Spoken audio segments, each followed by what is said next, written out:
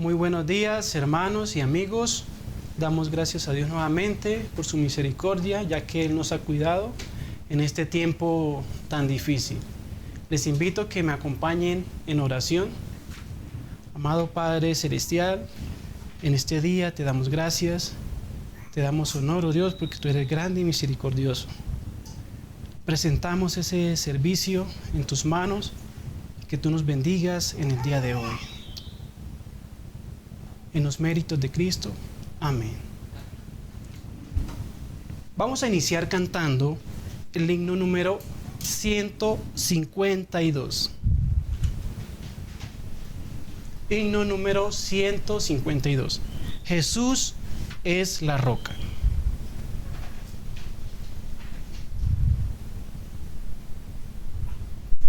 Porque Él es la roca cuya obra es perfecta. Deuteronomio 32:4.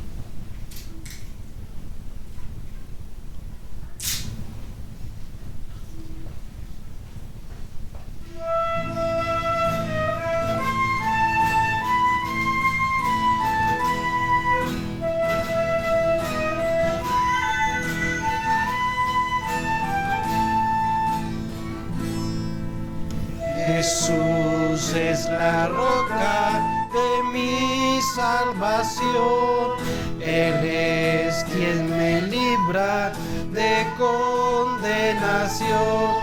Jesús es mi fuerte, mi gran protector.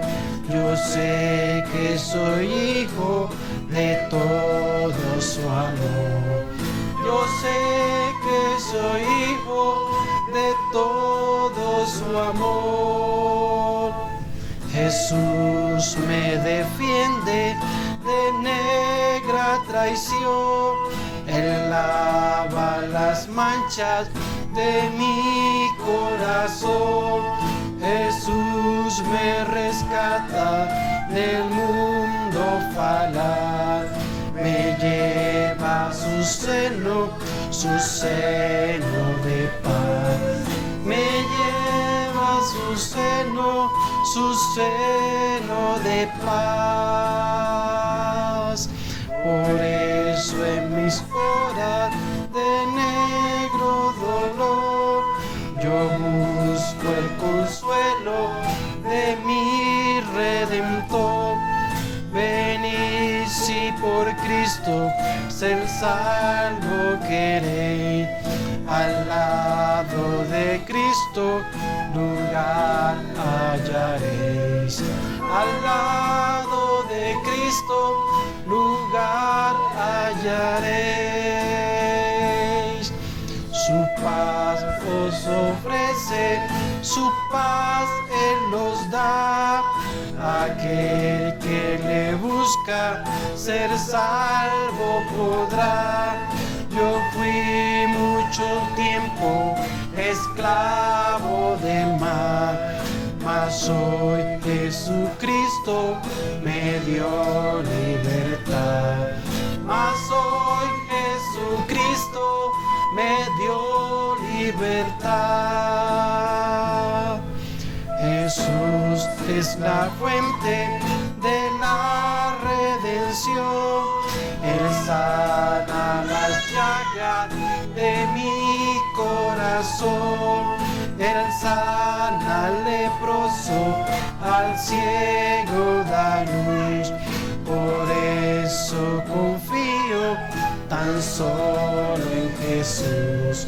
Por eso confío tan solo en Jesús.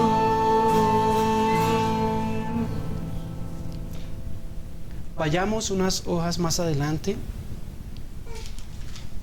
Cantemos el himno número 273.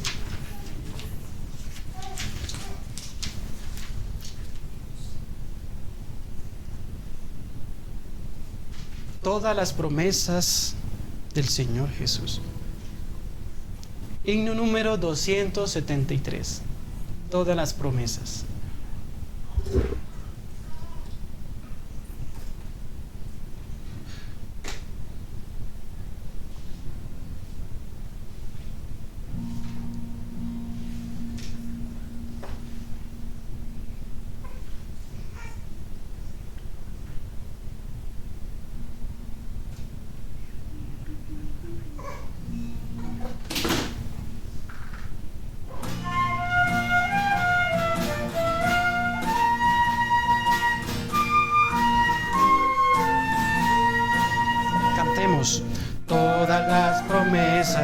Señor Jesús, son apoyo poderoso de mi fe.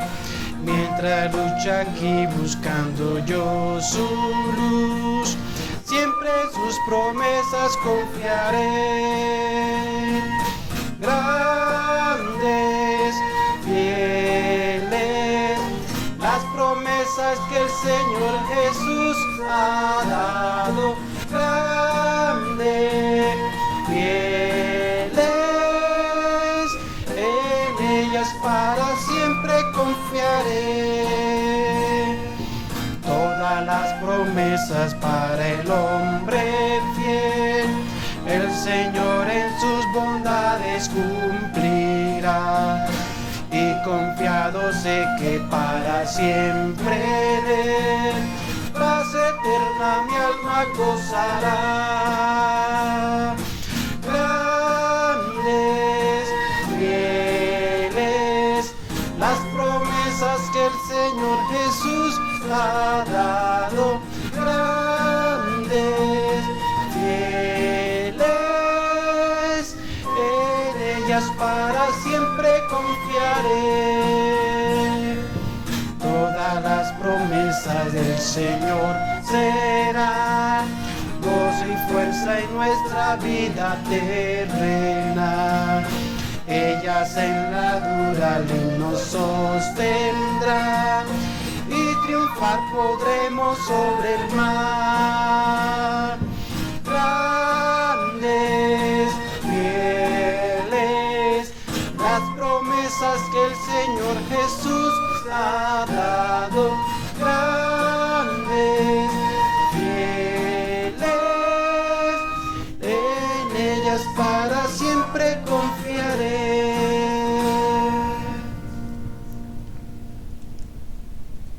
Cantemos ahora el himno número 286. Oh Señor, procuro en vano, porque dice Romanos 7:19, no hago el bien que quiero, sino el mal que no quiero, eso hago.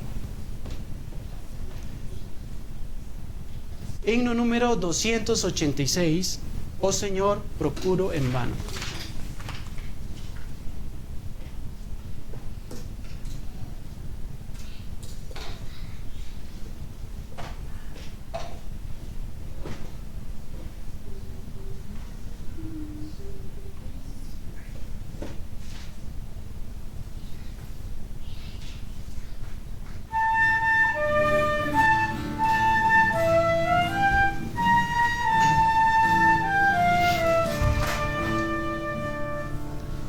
Oh Señor, procura en vano mi conducta reformar, pues ningún poder humano santidad me puede dar.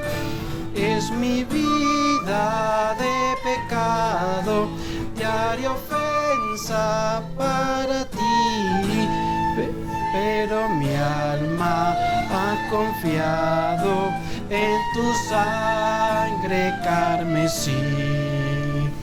En tu reino está el contento, nada impuro allí entrará. Sin el nuevo nacimiento, ningún alma lo verá. Mira pues mi insuficiencia, muestra en mí tu gran poder, manifiesta tu clemencia y de nuevo hazme nacer. Ven Espíritu Divino, ven y escucha mi oración. Ante mi frente inclino por mi regeneración. No vacilo en la esperanza, he llegado a creer que la bienaventuranza en el cielo he de tener.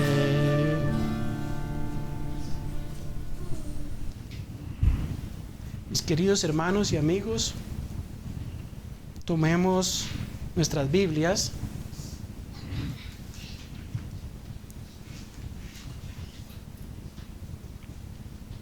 Vayamos a el libro de los Proverbios, capítulo 18.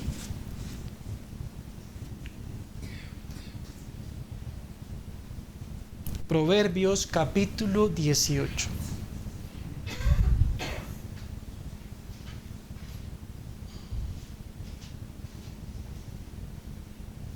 Dice así la palabra de nuestro Dios. Les pido que me acompañen.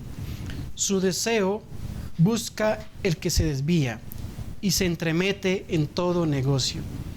No toma placer el necio en la inteligencia, sino en que su corazón se descubra. Cuando viene el impío, viene también el menosprecio, y con él deshonrador la afrenta. Aguas profundas son las palabras de la boca del hombre, y arroyo que rebosa la fuente de la sabiduría. Tener respeto a la persona del impío para pervertir el derecho del justo no es bueno. Los labios del necio traen contienda, y su boca los azotes llama. La boca del necio es quebrantamiento para sí, y sus labios son lazos para su alma. Las palabras del chismoso son como bocados suaves, y penetran hasta las entrañas. También el que es negligente en su trabajo es hermano del hombre disipador. Torre fuerte es el nombre de Jehová, a él correrá el justo y será levantado. Las riquezas del rico son su ciudad fortificada, y como un muro alto en su imaginación. Antes del quebrantamiento se eleva el corazón del hombre, y antes de la honra es el abatimiento. Al que responde palabra antes de oír, le es fatuidad y oprobio. El ánimo del hombre soportará su enfermedad, mas ¿quién soportará al ánimo angustiado? El corazón del entendido adquiere sabiduría, y el oído de los sabios busca la ciencia. La dádiva del hombre le ensancha el camino y le lleva delante de los grandes. Justo parece el primero que aboga por su causa, pero viene su adversario y le descubre. La suerte pone fin a los pleitos y decide entre los poderosos. El hermano ofendido es más tenaz que una ciudad fuerte, y las contiendas de los hermanos son como cerrojos de alcázar. Del fruto de la boca del hombre se llenará su vientre, se saciará del producto de sus labios. La muerte y la vida están en poder de la lengua, y el que ama comerá de sus frutos. El que haya esposa halla el bien y alcanza la benevolencia de Jehová. El pobre habla con ruegos, mas el rico responde durezas.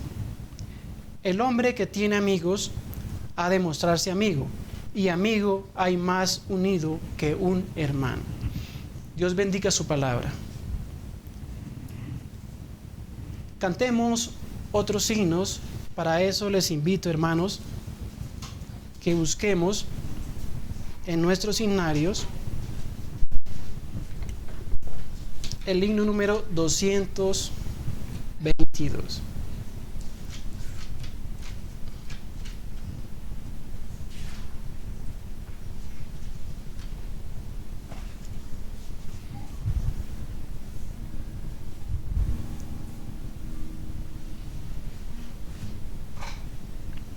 Porque Él vive.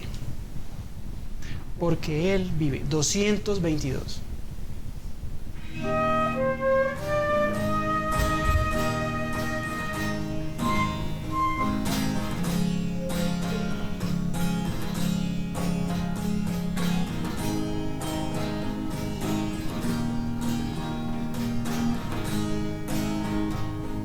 Cantemos. Dios nos envió a su Hijo Oh Cristo, Él es amor, paz y perdón. Por mí murió en el Calvario, mas de la tumba con poder resucitó.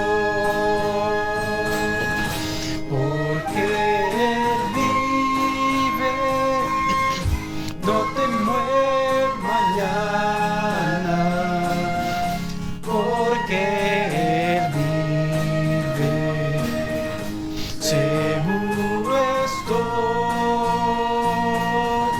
porque yo sé que el futuro es suyo, más que la vida vale porque Él vive hoy. Grato es tener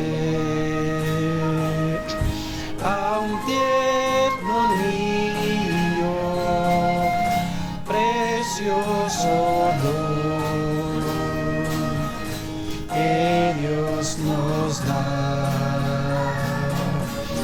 Cuánto mejor cuando Él recibe a Salvador y vida eterna gozará,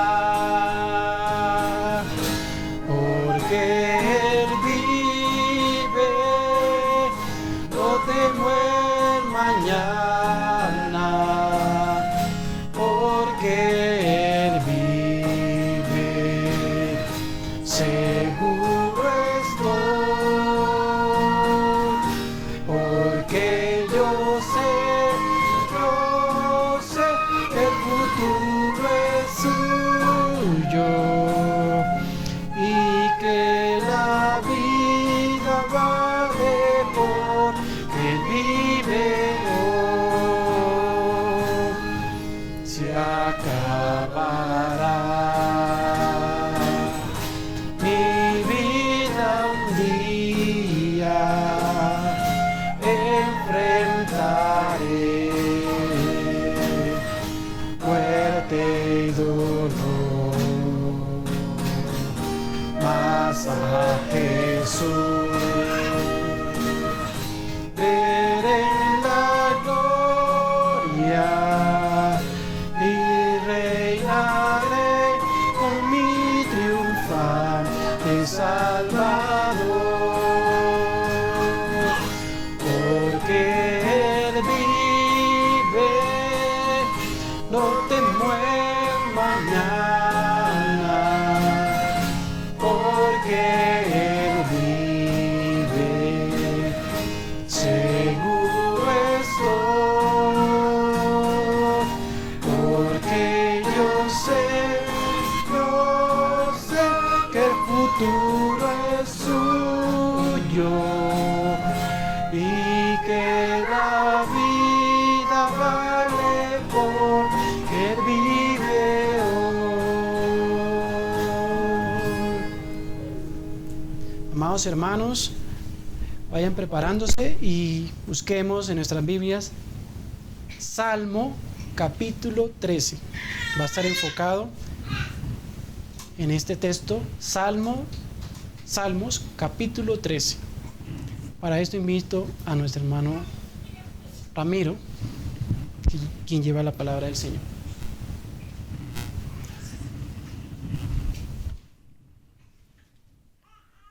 Hermanos, buenos días, bienvenidos al culto al Señor. En esta mañana voy a cambiar un poco el tema para variar y no cansarles con el mismo tema. No deberíamos cansarnos de la escritura, de ningún tema de la escritura, pero suele suceder.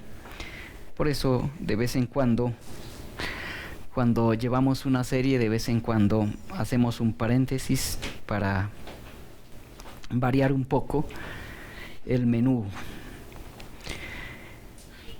Vamos a orar, amados hermanos, suplicándole al Señor su gracia en esta mañana, en este día, su día,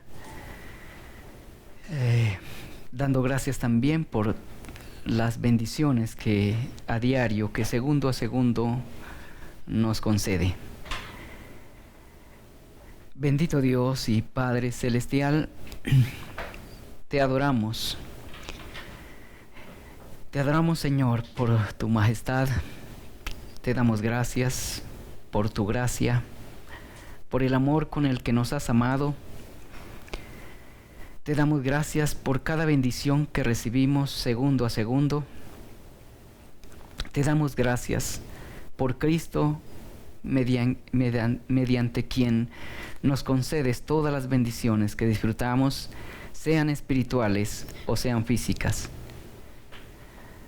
Señor, te damos gracias también por la oportunidad que nos das en el día de hoy de estar unidos por tu Espíritu en tu santa presencia, adorándote, recibiendo de ti la luz de tu palabra, contemplando la hermosura de tu ser, la grandeza de tus obras.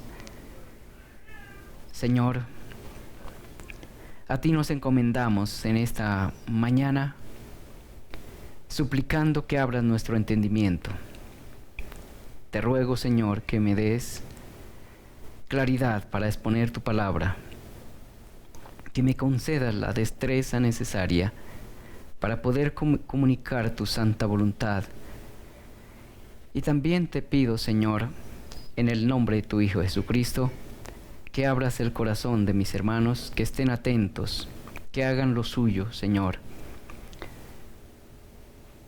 Dios maravilloso, gracias por los familiares también que están unidos a nosotros, por los hermanos de otros lugares, de otras congregaciones, y por los amigos que han sido invitados por nuestros hermanos. Señor, obra en cada uno según la necesidad que tú conoces que tenemos de ti, de tu palabra. Lo pedimos en el nombre de Cristo Jesús. Amén. Como lo dijo el hermano Aris, el director, abran sus Biblias ahí en el Salmo 13. Vamos a estar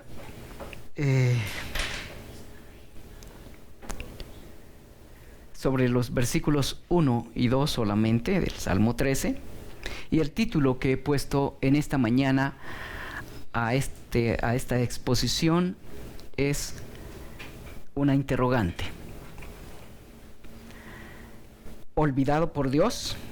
Ese es el título. ¿Olvidado por Dios? Algunas de las sensaciones más devastadoras son las que surgen de la percepción de sentirse abandonado por un ser querido. Para un hijo es sumamente confuso y devastador verse ante la pérdida de uno de sus padres. La misma sensación, la misma angustia y confusión la experimenta una esposa ante la pérdida de su esposo o la de un esposo ante la pérdida de su esposa. Estas situaciones son sumamente angustiantes y perturbadoras. Algo similar fue lo que estaba experimentando el autor de este salmo cuando escribió el Salmo 13, y lo que leemos en los 2 primeros versículos principalmente. No obstante, era algo diferente y peor que lo que acabo de mencionar. La situación que este hombre estaba experimentando, según los 2 primeros versículos del Salmo 13, es más parecida a la sensación que experimenta una esposa cuando nota que su esposo ha dejado de determinarla de repente. Ya no le mira, ya no le habla, ni le da ninguna explicación. Sentirse abandonado por alguien que ha sido importante en la vida de uno es traumático y devastador. Pero el lamento descrito en los versículos 1 y 2 de este salmo no es el de un hijo ante la pérdida de sus padres. Tampoco es el de alguien confundido porque su cónyuge de repente dejó de amarle. El lamento registrado en estos dos versículos del capítulo 13 del Salmo 13 es el de un creyente que tenía la amarga sensación que Dios le había abandonado.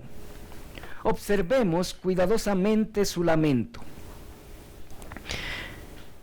¿Hasta cuándo, oh Jehová? Es el primer lamento. ¿Me olvidarás para siempre? ¿Hasta cuándo esconderás tu rostro de mí? ¿Hasta cuándo pondré consejo en mi alma, con tristeza en mi corazón cada día? ¿Hasta cuándo será enaltecido mi enemigo sobre mí? Este es un lamento producto de un estado de depresión espiritual. ¿Alguna vez usted, creyente, ha tenido esta sensación? ¿Alguna vez ha experimentado la sensación que Dios le ha olvidado? ¿Está un creyente ante el riesgo de creer en algún momento que Dios le ha abandonado? Algunos sobrados podrían decir que estar bajo semejante situación no es propio de un creyente. Eso lo dirían algunos sobrados.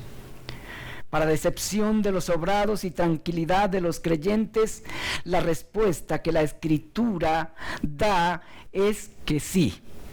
Cualquier creyente puede verse en medio de alguna situación que lo haga pensar que Dios lo ha abandonado. La persona de la que habla el texto era un creyente y no era cualquier creyente.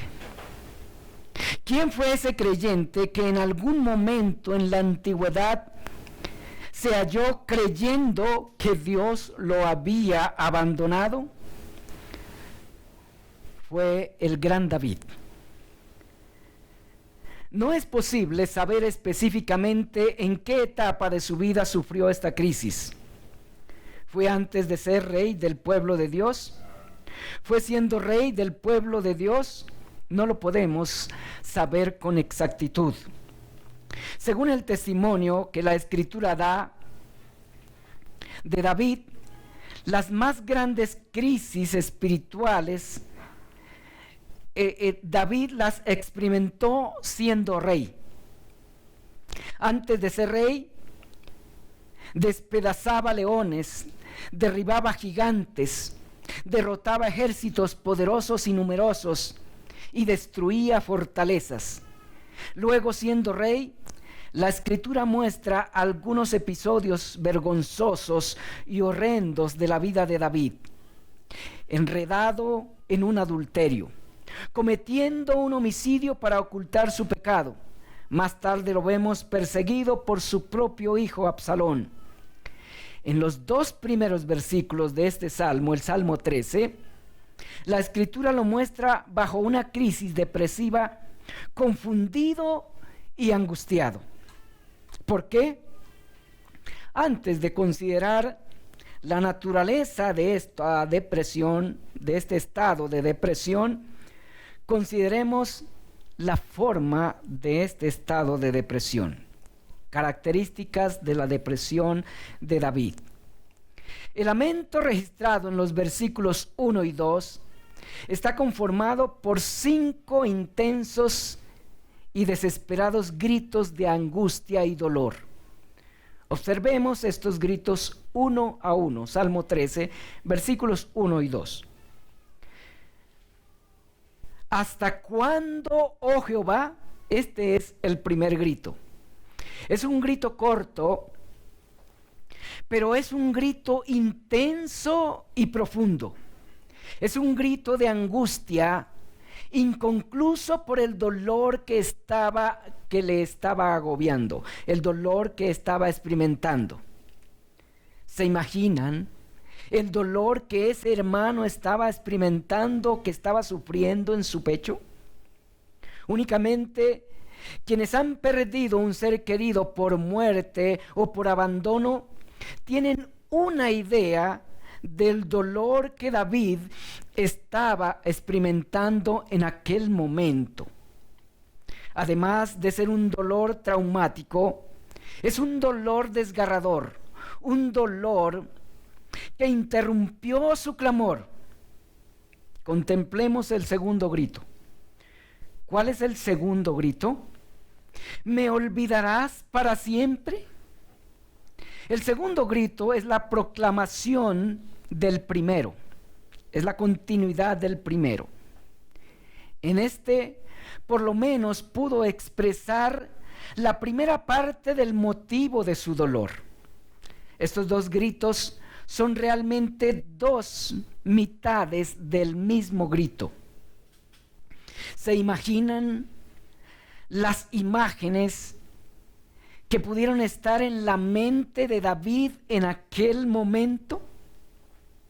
Para comprender un poco lo que David estaba experimentando, piensen en las imágenes que pueden asaltar la mente de un niño frente al fallecimiento de sus padres al mismo tiempo. Sobre todo, piensen en aquellas imágenes que pueden surgir cuando están cerrando la tumba de sus padres. ¿Se imaginan el dolor que se siente pensar que ese ser tan importante, que ese ser tan querido, a partir de ese momento ya no podrá verlo llegar a casa ni oírlo al despertar al siguiente día y probablemente nunca? ¿Se imaginan la sensación que tal perspectiva puede causar en un menor? Es devastador. La sensación que tenía David era mucho más espantosa. Él tenía la sensación que Dios lo había abandonado. La sensación que el salmista tenía no era que había perdido a sus padres, no era que había perdido a su esposa, era la sensación de que Dios lo había abandonado para siempre. Consideremos el siguiente grito. ¿Hasta cuándo esconderás tu rostro de mí? Este es el tercer grito. Es un grito desesperante, es un grito desgarrador, un grito devastador.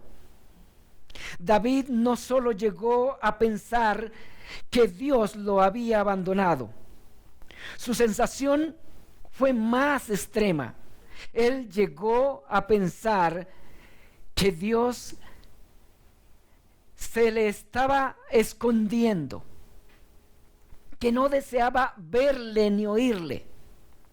Una muestra del dolor que David estaba experimentando es el dolor de un padre anciano al sentir que sus hijos le han abandonado. También es similar al dolor que puede sentir un hijo entre los 4 y los 12 años a quien sus padres han abandonado sin explicación alguna. Otra muestra de ese dolor es el que sufre una esposa que de repente ha sido abandonada por su esposo. Similar a esto era la sensación que David estaba experimentando, pero en grado muy superior. Según este grito, David pensaba que Dios le estaba dando la espalda a propósito. Esto se percibe mejor en el siguiente grito. Consideremos el cuarto grito. ¿Hasta cuándo pondré consejo en mi alma con tristeza en mi corazón todo el día? Este cuarto grito es más prolongado que los anteriores. En este ya describe un poco el conflicto que David estaba experimentando en su mente. Según este clamor, David día a día oraba y pensaba buscando explicaciones de lo que le estaba sucediendo, pero no encontraba explicación satisfactoria. El no recibir respuesta a sus oraciones diarias, eso agudizaba su tristeza. Imaginemos a una esposa cuyo esposo ha tenido una relación normal con ella y de repente éste le abandona sin darle ninguna explicación. ¿Se imaginan el conflicto mental que se puede desatar en la mente de esa esposa? No únicamente tratando de comprender el motivo del abandono por parte de su esposo, sino también tratando de cómo comprender, cómo hacerle frente a las cosas que siguen sin el respaldo de su esposo. Tal conflicto, sin lugar a dudas, es desgastante y por ende es traumático. Consideremos el quinto grito. ¿Hasta cuándo será enaltecido mi enemigo sobre mí? Este grito es el clímax del lamento del salmista. En él revela la raíz de su crisis, la causa de su depresión y sus lamentos. Consideremos esto a continuación. Naturaleza de la depresión del salmista David. ¿Cuál era la causa de la depresión y la angustia del salmista? Pensaba que Dios le había vuelto la espalda.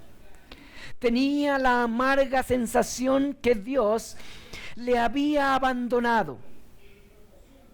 ¡Qué sensación tan horrorosa! ¿Habrá sensación más horrorosa para un creyente que la de sentirse abandonado por Dios? Para un hijo pequeño, es devastador sentir que sus padres le han abandonado. Para un padre, es devastador sentir que sus hijos lo han abandonado. Pero ninguna de estas sensaciones es tan devastadora para un creyente como la de sentirse que Dios le ha abandonado. El alma de un creyente se duele y se perturba al sentirse abandonado por alguno de sus seres amados. No obstante, sabe que eso es superable, puesto que está convencido que su vida no depende en absoluto de sus seres amados, aunque son importantes. Pero sentirse abandonado por Dios para un creyente es sentir que todo a su alrededor, incluso él mismo, se está desboronando. No puede haber sensación más horrenda que esa. Afortunadamente, aunque Dios eventualmente deja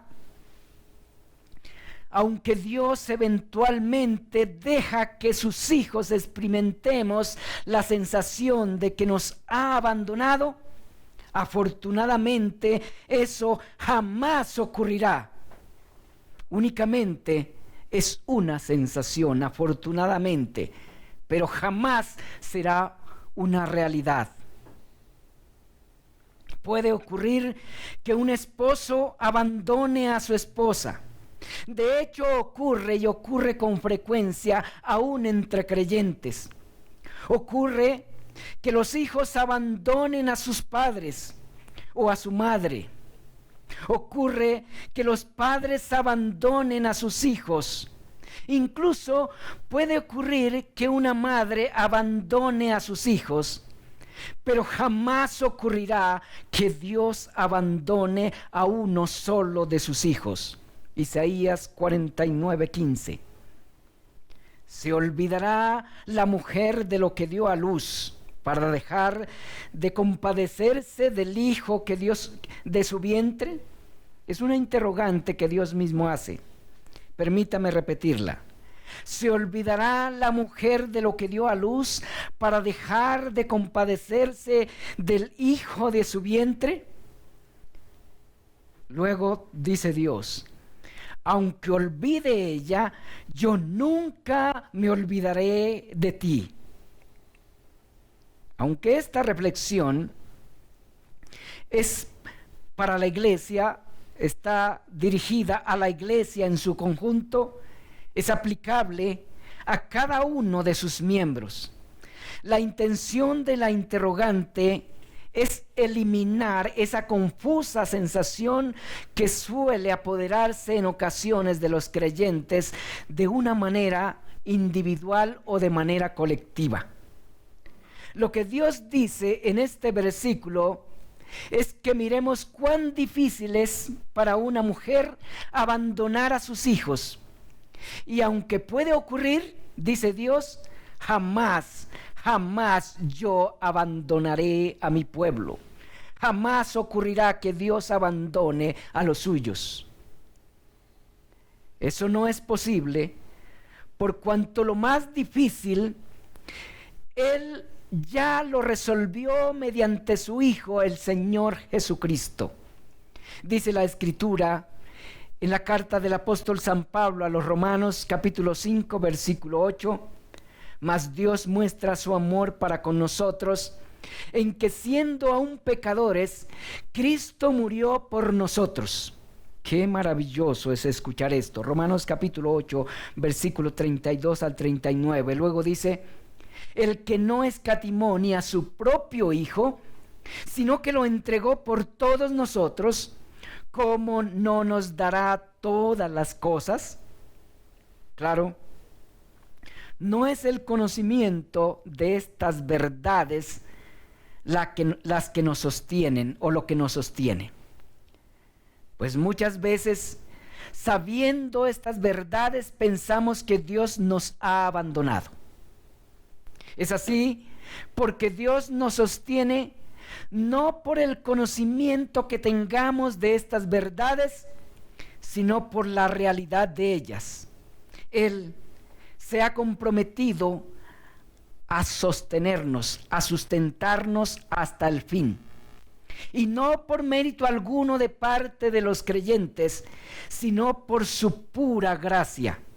El Señor Jesucristo dijo que nadie podría arrebatar de su mano a ninguna de sus ovejas, ni de la mano de su Padre. Evangelio según San Juan, capítulo 10, versículos 28 al 29.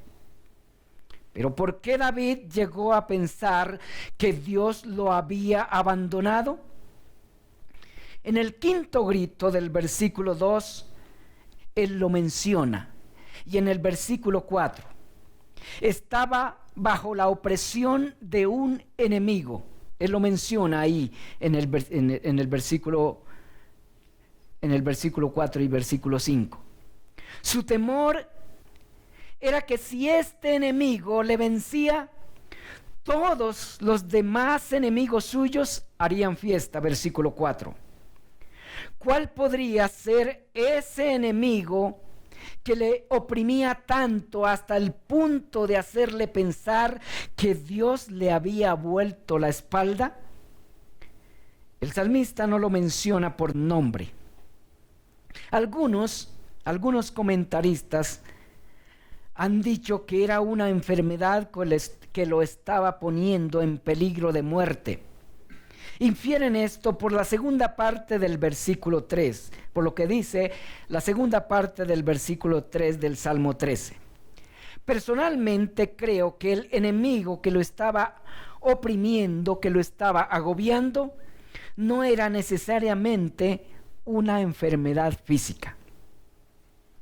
Por la forma como se refiere a ese enemigo en la última parte del versículo 2, y la primera parte del versículo 4, y por los temores que David menciona en la segunda parte del versículo 3 y en la segunda parte del versículo 4, se infiere que era un enemigo espiritual. Según la última parte del versículo 2 y la primera parte del versículo 4, era un enemigo singular, un enemigo particular que se distinguía del resto de sus enemigos. Por la última parte del versículo 4 se infiere que ese enemigo singular buscaba que David resbalara. Si ese enemigo lograba que David resbalara, los demás enemigos lo celebrarían. Según la segunda parte del versículo 3, David estaba pidiendo luz para no dormir de muerte. Esto implica que uno de los efectos que David estaba experimentando por la opresión del enemigo era la pérdida de su discernimiento espiritual. Si su discernimiento espiritual se nublaba completamente, David temía que fácilmente podía deslizarse. Y al deslizarse, todos sus enemigos harían fiesta por su desliz. ¿Cuál es el personaje que se caracteriza por esa forma de operar? No es nada menos ni nada más que Satanás. El trabajo de Satanás para lograr que un creyente resbale es nublar su entendimiento.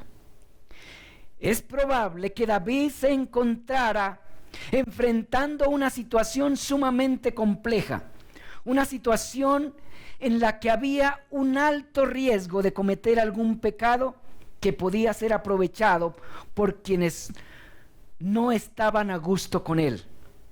Hay situaciones sumamente complejas que Satanás aprovecha para oprimir a los creyentes, planteando salidas fáciles, pero sumamente peligrosas.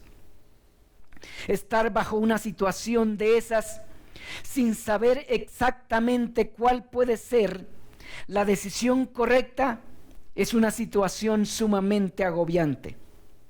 Mucho más agobiante se tornan estas situaciones si después de haber orado y orado suplicando socorro de Dios, sin recibir la luz necesaria para tomar las decisiones que hay que tomar, y la única que puede verse es la que Satanás está planteando. ¿Se ha hallado usted, hermano o hermana, alguna vez en una situación semejante a esa? Hay diversas circunstancias que pueden llevar a un creyente a pensar esto mismo.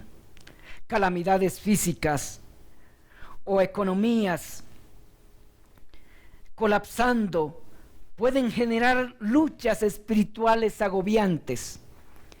Luchas prolongadas contra algún pecado o con alguna situación pecaminosa son luchas espirituales aún más agobiantes. Hay circunstancias calamitosas que se prolongan mucho tiempo, aunque hayamos suplicado con insistencia por solución. Hay también luchas con actitudes pecaminosas que no se dejan erradicar fácilmente en el momento y a la manera que lo deseamos. No podemos saber con exactitud cuál era la circunstancia que Satanás estaba provocando para agobiar a David. En este caso, David aún no había pecado, únicamente se estaba viendo en riesgo de hacerlo. Había suplicado y suplicado socorro para encontrar un punto de escape, pero no había recibido respuesta o la respuesta que deseaba recibir, y eso le llevó a creer que Dios lo había abandonado. Cualquiera sea la causa por la que un creyente descienda a estos valles de depresión espiritual, las sensaciones que se experimentan son devastadoras, cualquiera sea la causa. El mismo Señor Jesucristo experimentó esta horrenda sensación. Mateo capítulo 27, versículo 46. Y no la experimentó por su pecado, sino por el nuestro. Cualquiera sea la causa que nos lleve a estas depresiones, debemos recordar, queridos hermanos, que nadie que ponga su confianza en el Señor Jesucristo será abandonado por Dios jamás, aunque las circunstancias así nos lo hagan creer. Nadie que se acerque buscando el socorro de Dios mediante su Hijo Jesucristo será desoído por Él. Aún si es una situación pecaminosa la que nos ha llevado a este punto, corramos a Dios por la fe en el Señor Jesucristo. Él es la propiciación por nuestros pecados. Primera carta de Juan, capítulo 2, versículos 1 y 2. Miremos la forma como el Espíritu de Dios mismo nos lo dice frente a esta situación. Dice: hijitos míos, estas cosas les escribo para que no pequéis.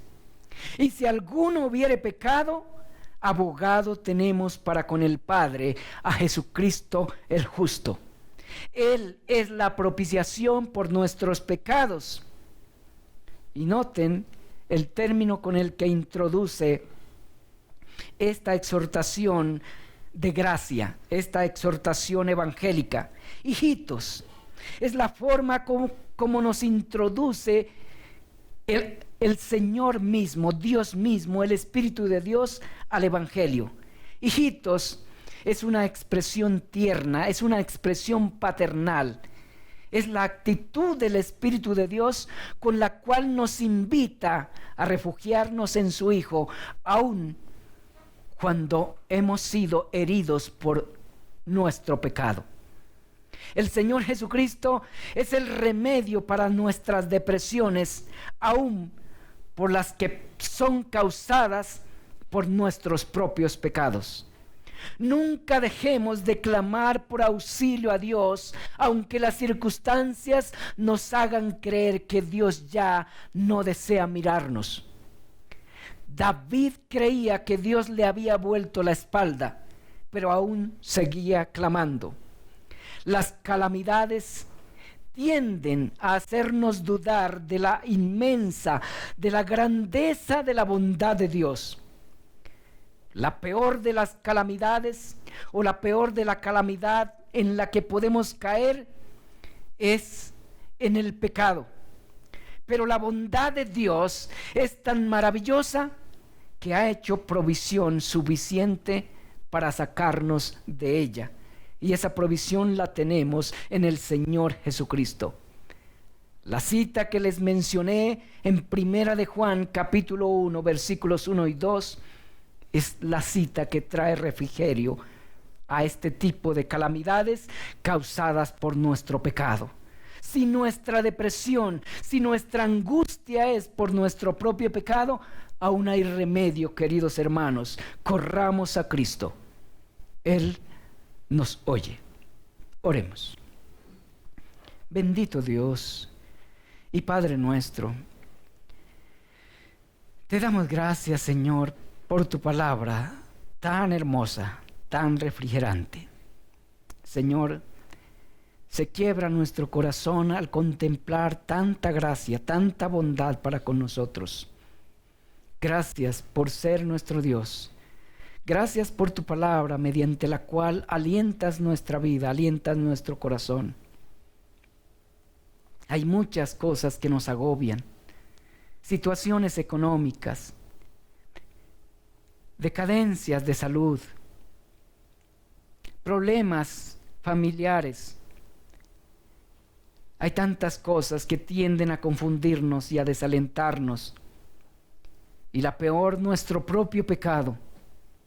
Pero aún ante esta calamidad, que es la más terrible, tú extiendes tus brazos y nos ofreces tu socorro si vamos a ti en tu Hijo Jesucristo, confiando en la suficiencia de su gracia en Él, de tu gracia en Él. Gracias, Dios amado, por tu palabra. Gracias por fortalecer nuestra fe.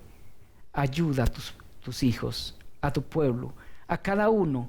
Tú conoces la situación en que nos encontramos cada uno. Y a ti suplicamos, Señor, que nos socorras y no permitas que el enemigo nos haga perder la fe. Lo suplicamos con acción de gracias en el nombre de tu Hijo Jesucristo. Amén.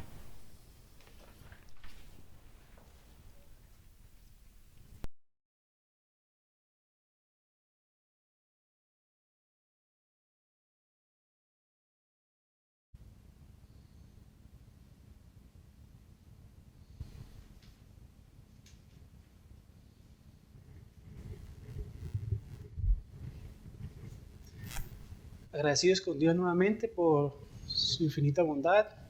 Nos enseña a través de su palabra que sigamos confiando en Él. Vamos a cantar el himno número 300.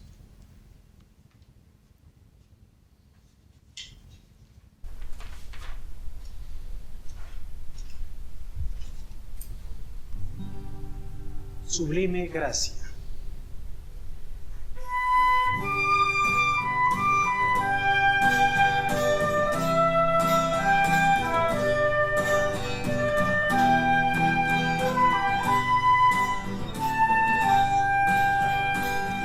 Cantemos. Sublime gracia del Señor, que mi infeliz salvó. Fui ciego, mas hoy miro yo, perdido y Él me halló. Su gracia me enseñó a tener mis dudas abierto. Oh, cuán precioso fue a mi ser cuando Él me transformó. En los peligros su aflicción que yo he tenido aquí, su gracia siempre me libró y me guiará feliz.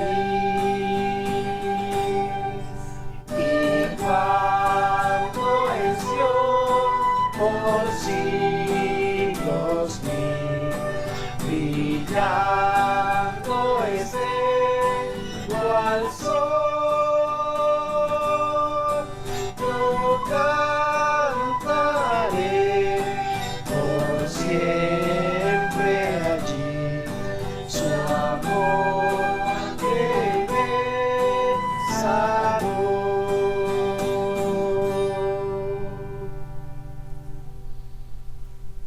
Ahora, hermanos, vamos a mencionar los anuncios. El primer anuncio es el servicio que tenemos a las 2 de la tarde. Y el segundo anuncio es la cita, el libro que estamos leyendo durante la semana, que es el libro de San Marcos. Esto es todo por hoy, por esta mañana, mis hermanos. Entonces, a las 2 de la tarde nos volvemos a encontrar. Dios les bendiga. El Señor determinó de antemano, Dios fijó el destino de su pueblo para salvación. En Él tienes redención, por su sangre el perdón, según las riquezas